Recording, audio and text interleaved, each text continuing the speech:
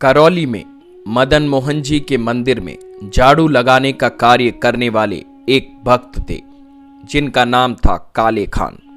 काले खान श्री मदन मोहन जी के मंदिर में झाड़ू लगाया करते थे।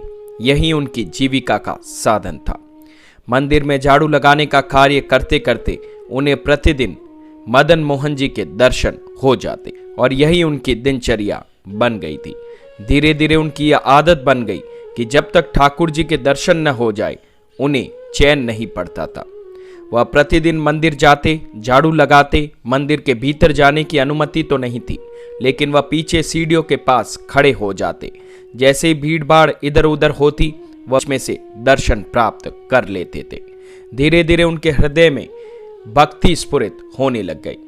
जब वे मंगला आरती से लेकर रात्रि की शयन आरती तक मंदिर में ही रहते। उनकी इस दिनचर्या से उनकी पत्नी खिंचने लगी थी। परिवार वाले उन्हें काफिर कहते थे। उन्हें तरह तरह के ताने दिए जाते। जन्म हमारे कुल में लिया है लेकिन खुदा को याद नहीं करता, पत्थर को पूजने चला है। लेकिन काले खान को इन बातों से कोई फर्क नहीं पड़ता था। इसके विपरीत अब उनकी पत्नी उनसे दूर रहने लग गई। अब काले खान स्वतंत्र रूप से ठाकुर जी के दर्शन करने लग गए थे। वह कहते, चलो अब दोपहर को खाना खाने घर नहीं जाना पड़ेगा। घर जाओ तो चिक चिक सुननी पड़ती है, इससे अच्छा है मंदिर में ही पड़ा रहूं। काले खान के घर कोई संतान नहीं थी। परिवार के लोग ताना मारते कि अगर खुदा को याद करता तो संतान होती। पत्थर को पूछता है, क्या वह तुझे संतान दे देगा? यह अब प्रतिदिन की बात हो गई थी। पत्नी भी क्रोधित रहने लग गई। कहती, संतान नहीं है, हम निसंतान है, यह सब तेरे कारण है। एक दिन काले खान मदन मोहन जी के मंदिर में गए और दूर से ही हाथ जोड़कर विनती करने लग गए कि हे ठाकुर जी, मुझे आपसे कुछ नहीं चाहिए, परंतु मेरी पत्नी की बातें, उसका कलह, मेरी परिवार वालों के ताने, ये मेरी भक्ति में बाधा बनते जा रहे हैं। यह बाधा तभी मिटेगी जब मेरे घर संतान होगी। हे नाथ, मुझ पर कृपा करें।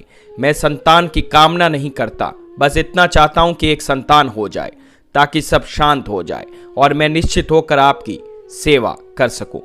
दिन बीतते गए। कुछ समय बाद खबर आई कि काले खान की पत्नी गर्भवती है। अब ज्यादातर लोगों के मुंह अपने आप बंद हो गए थे। काले खान की प्रसन्नता का तो ठिकाना ही नहीं रहा। वह कहने लग गए, देखो, तुम कहते थे खुदा को याद करो, लेकिन यह संतान मेरे मदन मोहन जी ने भेजी है और जल्दी उसका आगमन होगा। वह समय भी आ गया जब काले खान के घर पर एक पुत्र ने जन्म लिया। काले खान बहुत प्रसन्न हुए, परंतु यह प्रसन्नता केवल इसलिए थी कि वह, उनकी पत्नी और परिवार वाले संतुष्ट हो गए थे कि अब वह पूरी तरह से ठाकुर जी की सेवा में लग सकते थे। समय बीतता गया। उनका पुत्र 8 वर्ष का हुआ। एक दिन अपने मित्रों के साथ यमुना नदी के किनारे खेल रहा था। तभी एक सर्प ने उसे डस लिया। वह नीला पड़ गया और बेहोश हो गया। बच्चे दौड़ते दौड़ते काले खान के घर गए। काले खान उस समय मंदिर में थे। पत्नी को यह समाचार मिला तो वह रोते हुए मंदिर पहुंची और बोली, जल्दी चलो, हमारे बेटे को सांप ने डस लिया है। यह नदी किनारे बेहोश पड़ा है। मैं जा रही हूं, तुम किसी ओझा को लेकर आओ, नहीं तो हमारा बेटा मर जाएगा। परंतु काले खान ठाकुर जी की आरती में व्यस्त थे। पत्नी ने देखा कि वह अभी भी आरती में लीन है। वह फूट पड़ी, अब भी यहीं खड़े हो, हमारा बेटा मरने वाला है और तुम आरती कर रहे हो। अगर देर हो गई तो कोई झाड़ फूक वाला भी नहीं पहुंचेगा और वो मर जाएगा। अगर उसे कुछ हुआ तो देख लेना, मैं तुम्हें और तुम्हारे मदन मोहन जी को कभी नहीं छोड़ूंगी। इतना कहकर वह चली गई। काले खान वही खड़े रहे। उनकी आंखों में आंसू बहने लग गए, लेकिन यह दुख पुत्र के लिए नहीं था। वह ठाकुर जी से बोले, हे ठाकुर जी, मुझे चैन से क्यों नहीं बैठने देते?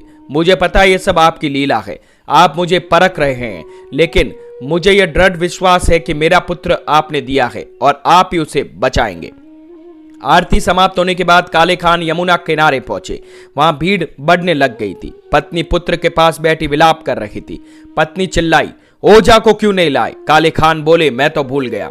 परिवार वालों ने बहुत कुछ कहा, काफिर है, अपने पत्थर को ही देखता रहता है। काले खान दौड़कर ओझा को लाए। ओझा ने बालक की नब्ज देखी और कहा, बालक अब जीवित नहीं बचा है, उनकी मृत्यु हो चुकी है।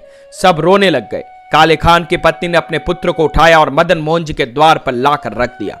वह चिल्लाई, कहते हैं कि संतान मदन मोहन जी ने दी है, तो अब उसे जीवित करके दिखाएं। अगर यह जीवित नहीं हुआ तो इसी द्वार पर जान दे दूंगी, तुम्हें, तुम्हारे भगवान को और पूरे परिवार को नष्ट कर दूंगी। तब काले खान ने ठाकुर जी की ओर देखा और भाव विभोर होकर कुछ ऐसी पंक्तियां लिखी जिससे हमारी आंखों में आंसू बह पड़ते हैं। मुसाफिक, सफीक, रफीक, दिल दोस्त मेरे नजदीकी हकीकी ख्याल कीजिए। मेहरबान कदरदान आला तू जहान बीच, मुझ जैसे गरीबों का गुनाह माफ कीजिए। काले बेकरार खड़ा तेरे दरबार पे, नंद के कुमार जरा गौर अब कीजिए। हिंदुओं के नाथ हो हमारा कोई दावा नहीं, लेकिन जगत के नाथ हो हमारी भी सुध लीजिए।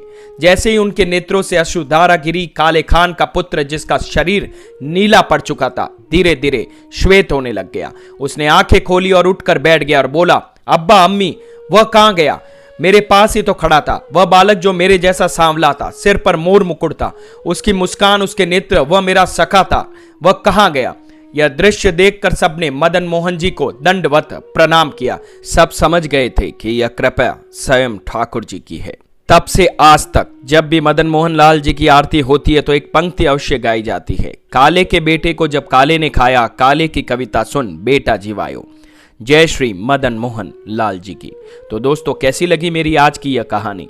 अगर मेरी ये कहानी और मेरे ये वीडियोस आप लोगों को पसंद आ रहे हैं तो प्लीज़ हमें लाइक, शेयर और सब्सक्राइब करना ना भूलें, और हाँ, कमेंट करना भी ना भूलें कि कौन सी कहानी अगले वीडियो में मैं आपको सुनाऊं। धन्यवाद दोस्तों।